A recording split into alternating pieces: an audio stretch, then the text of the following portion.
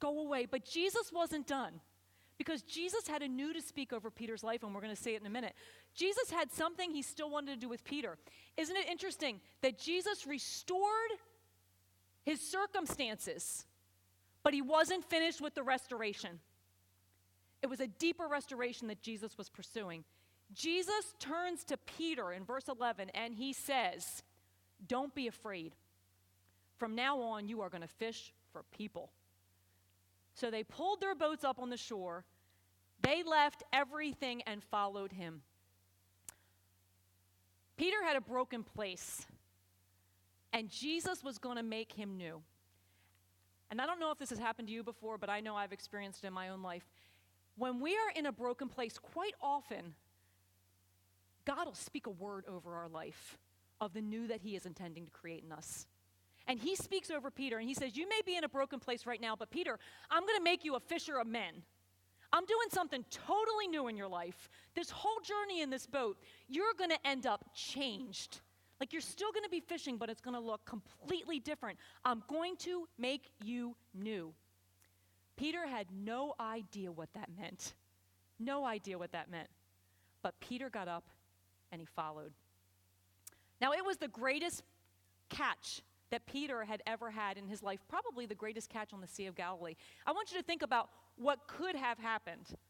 Peter's business would have flourished, probably for weeks, months, who knows, years, greatest catch ever. People would want to buy fish from Peter's fish store because he was the one that had this great catch of fish. He probably could have changed the name of his business. This one act of restoration for Peter physically could have changed his life in the temporary. Peter could have chosen to be satisfied with what God was going to do with natural restoration.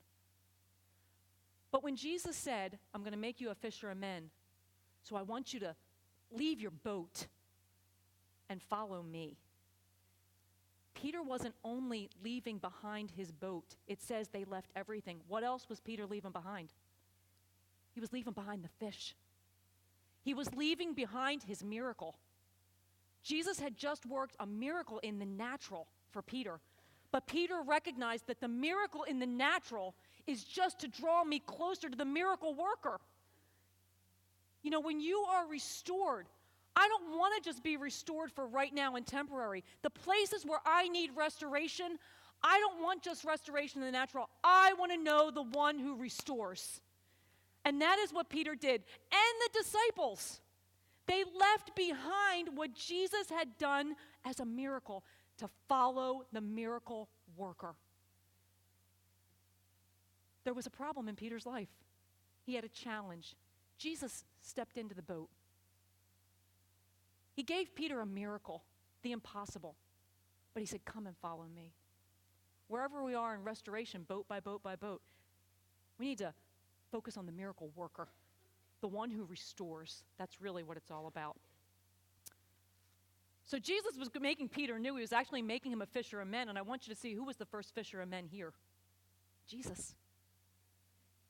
Jesus went to where the fish was. And he grabbed Peter in love and grace and mercy, and he brought him